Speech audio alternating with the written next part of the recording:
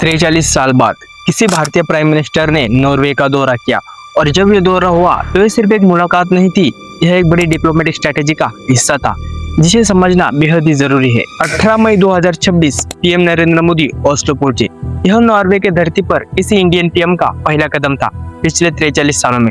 लेकिन एक सिर्फ विजिट नहीं थी, इसके पीछे था एक बड़ा इकोनॉमिक और जियोपॉलिटिकल एजेंडा। नॉर्वे की पॉपुलेशन है करीबन 55 लाख, लेकिन ये देश अपने साइज से नहीं अपने इकोनॉमिक स्ट्रेंथ से जाना जाता है।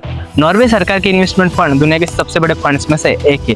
क्लीन एनर्जी, मैरीटाइम टेक्नोलॉजी और सस्टेनेबल डेवलपमेंट में यह देश ग्लोबली एक लीडर की भूमिका निभाता है। यह अकेला नॉर्वे का दौरा नहीं था, यह एक ब्रॉडर मल्टीनेशनल यूरोपियन टूर का हिस्सा था। यूएई, नीदरलैंड, स्वीडन, नॉर्वे और इटली, 6 दिन 5 देश और हर स्टॉप पर इंडिया के ग्लोबल एंगेजमेंट की एक नई परत सामने आई। ओस्लो पहुंचते ही नॉर्वे के प्रधानमंत्री जोनास गाहर स्टोरे ने पीएम मोदी जी का स्वागत किया और उसके बाद फिर एक खास मुलाकात हुई नॉर्वे के राजा हेराल्ड और रानी सोंजा से।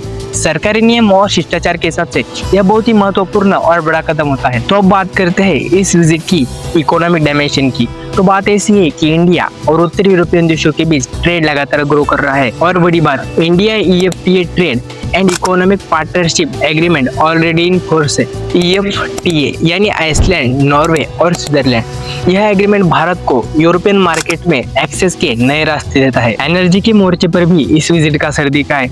नॉर्वे की एक एनर्जी कंपनी इक्विनोर ने इंडिया के साथ लॉन्ग टर्म कॉर्पोरेशन और बिजनेस अपॉर्चुनिटीज पर अपनी रुचि जाहिर की है। यही इंडिया की बढ़ती एनर्जी डिप्लोमेसी का एक और उदाहरण है। 19 मई 2026 थर्ड इंडिया नॉर्डिक समिट का आयोजन किया, जिसमें 5 नॉर्डिक कंट्रीज और इंडिया एक साथ एक टेबल पर थे। एजेंडा था green growth, innovation, digitalisation, sustainable energy और पीपल टू पीपल टाइप्स। यह समिट इंडिया के नॉर्डिक आउटरीच स्ट्रेटेजी का एक अहम पड़ाव बन गया। नॉर्वे एक मैरीटाइम नेशन है। फिशरीज, शिपिंग और अंडर वाटर टेक्नोलॉजी, इन क्षेत्रों में नॉर्वे की एक्सपर्टीज इंडिया के लिए एक बड़ा लर्निंग अपॉर्चुनिटी है। इसके अलावा आर्टिक में नॉर्वे की स्ट्रेटेजिक पोजीशन और इंडिया का आर्टिक में बढ़ता इंटरेस्ट दोनों मिलकर एक नई जियोपॉलिटिक डायमेंशन को जन्म दे रहे हैं। स्वीडन टूर के दौरान इंडिया यूवी ट्रेड रिलेशनशिप को लेकर महत्वपूर्ण बात हुई।